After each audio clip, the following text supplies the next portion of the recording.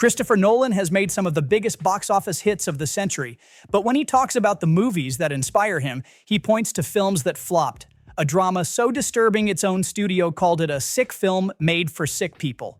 A space movie accused of being un-American, and a lost epic that MGM literally burned for scrap. These are the underrated movie flops Nolan actually recommends. Bad Timing is a perfect example. A British psychological drama from Nicholas Roeg, set in Vienna, built around a non-linear, fractured relationship between a psychiatrist and a troubled young woman. Harvey Keitel plays a detective who slowly pieces together what happened, and the film jumps around in time as he works it out. It's not an easy watch. The studio that released it was so disturbed by what they saw that they stripped their logo off the movie and called it a sick film made by sick people for sick people. In the US, the movie got an X rating and ended up being released with no rating at all after a failed appeal.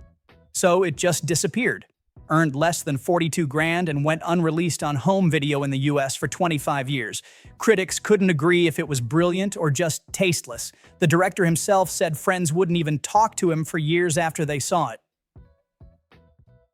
But the movie's editing style, jarring, disjointed, really experimental for its time, ended up influencing a whole generation of filmmakers. Edgar Wright, Danny Boyle, Steven Soderbergh, and Nolan himself have pointed to it. Nolan called Roeg's films structurally innovative, but also praised how they look on the big screen. Great to be able to see them in a form that also shows off their photographic excellence. The Hitcher is another title on Nolan's list, and if you've seen it, you already know it's one of the best stalker movies ever made. It stars Rutger Hauer as one of the most intense villains ever put on film. John Ryder, a mysterious hitchhiker who turns a simple road trip into a nightmare. C. Thomas Howell plays the unlucky driver who picks him up, and the tension in this movie just never lets up. Nolan calls The Hitcher mind-bendingly arbitrary, and he means it as a compliment. He says he never questioned the logic, just took it for what it was. He's also said Hauer's performance here is criminally underappreciated, called it the best Euro-psycho role outside of Blade Runner. He later even cast Hauer in Batman Begins. Production-wise, Rutger Hauer did a lot of his own stunt driving, which apparently even the professional drivers found terrifying. C. Thomas Howell has said he was genuinely scared of Hauer both on and off set, which probably helped the movie's realism. It's the kind of horror that feels like it could really happen, and that's what makes it hit harder than most slashers. Critics at the time hated it. Roger Ebert famously gave it 0 stars, slammed it for the violence. But if you want to see a thriller that really pushes all the buttons, this is still one of the best, and Nolan stands by it. Even Stephen King is a fan, mostly for Hauer's performance and some spectacular stunts. Nolan's got a lot of respect for Damien Chazelle's First Man, the Neil Armstrong biopic with Ryan Gosling. Technically, it's brilliant. You can see the craft in every scene. But at the box office, it didn't connect. The film cost about $70 million. But when you factor in marketing, its $105 million worldwide gross just wasn't enough. It flopped by studio standards. Critics loved it, and it did win the Oscar for Best Visual Effects, but it never caught on with audiences. The movie's pacing is slow, the tone is introspective, and honestly, it's not the kind of crowd-pleaser people usually expect from a space movie. An opening against A Star Is Born and Venom didn't help either. Then came the flag controversy. The movie does show the American flag on the moon in some shots, but it skips over the iconic scene of Armstrong actually planting the flag. That turned into a headline-grabbing media firestorm. People online and in the news got angry, claiming the movie was un-American. Ryan Gosling tried to explain that Armstrong didn't really see himself as a hero, which was true, but that just fueled the argument. Even articles meant to clarify the story just made it bigger, so in the end it kinda overshadowed everything else about the movie. Nolan called First Man a masterfully staged recreation of the space program with utterly compelling physical detail and layers of cinematic immersion. He's right, it's the kind of film that rewards you for paying attention. But in the end, the flag controversy and the film's more muted style meant it never broke out. The Right Stuff is one of those movies you'd think would be untouchable. They spent $27 million on it, adapting Tom Wolfe's book about the space race. Wolf, by the way, hated how much they changed from his book. But the critics didn't care. This thing landed 4 Oscars, and Roger Ebert put it just behind The Godfather and Apocalypse Now on his all-time list. The right stuff was coming from the Ladd Company, who were hoping this would finally turn things around for them after a string of bombs. But for all that acclaim, it flopped.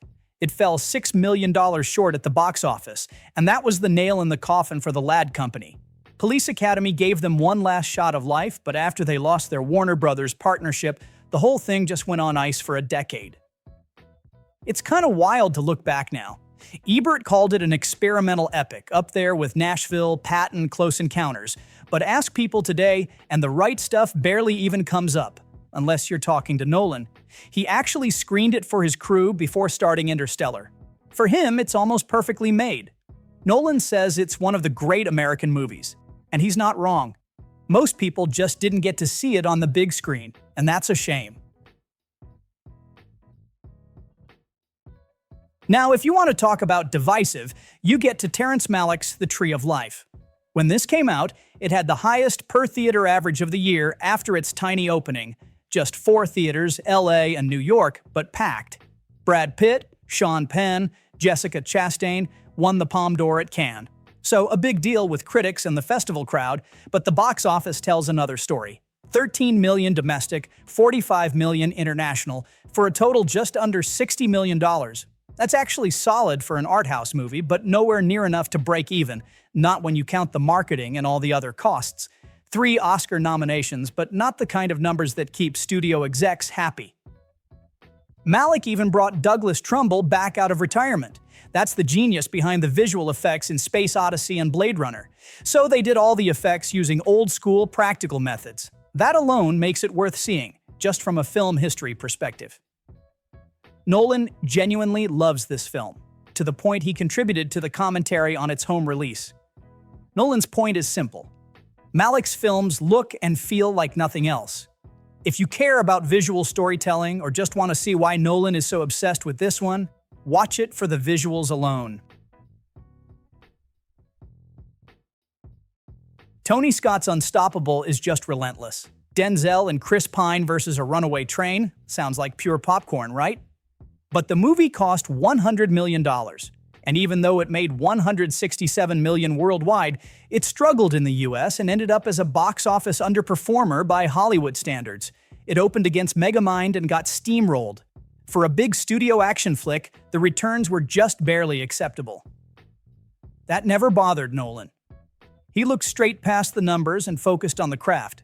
When he made Dunkirk, he went back to Unstoppable and Speed to study how they handled momentum. He's called Unstoppable a masterclass in using suspense to push the story forward, like some sort of proof that box office doesn't mean much when the movie actually nails what it sets out to do.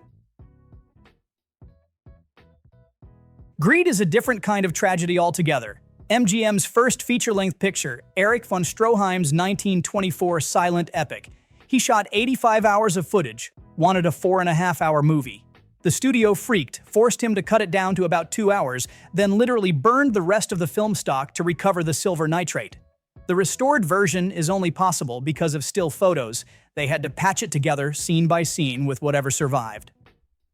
Nolan calls it a lost work of absolute genius. He studied it when building out villains like the Joker. It's got this intense psychological edge that was way ahead of its time. Greed is one of those films you have to dig for. It's actually on Tubi in the US, if you're curious. But for filmmakers, it's essential.